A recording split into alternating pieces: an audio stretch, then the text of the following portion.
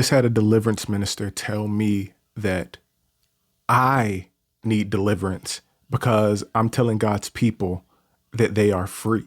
What do you think the gospel is? Go to Ephesians chapter 1, because you're not going to make me believe a lie. I don't care how convincing your argument is. Explain this to me.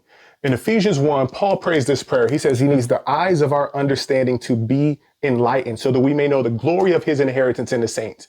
Then he uses 4 different words for power in the Greek to explain how mighty God is and the power he exerted when he raised Christ from the dead. He said, according to the power to us who believe, according to the working of his mighty power that he wrought in Christ when he raised him from the dead and set him at his right hand. So this is Jesus. Picture Jesus sitting because he's on a throne, because he's reigning right now, right? So he's reigning at the Father's right hand. This is Jesus in heavenly places, far above. So he raised him. He exerted this great power when he raised Christ from the dead, far above all principality and power and might and dominion.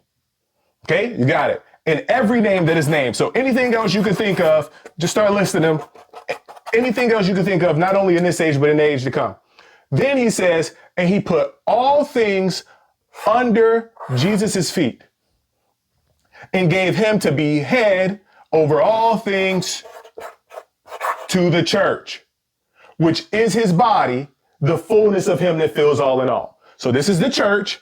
This is his feet, under his feet, far above, right? We're not talking about distance. We're talking about in a realm that doesn't even compare. We're not talking about from Earth's floor to, outer space. We're talking about in 2 completely different realms that have nothing to do with each other. Jesus is the head. Jesus created everything.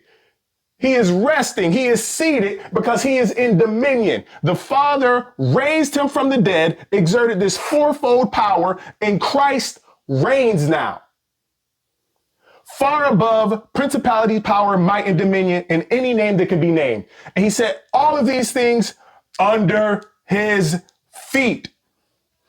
The church, his body, his feet. So why are you trying to convince me that if I'm seated here in Christ and reigning with him, because we are his ecclesia, his governing body in the world, why are you trying to convince me that these things or anything else has access to me? I'm not gonna believe your nonsense. I believe the gospel.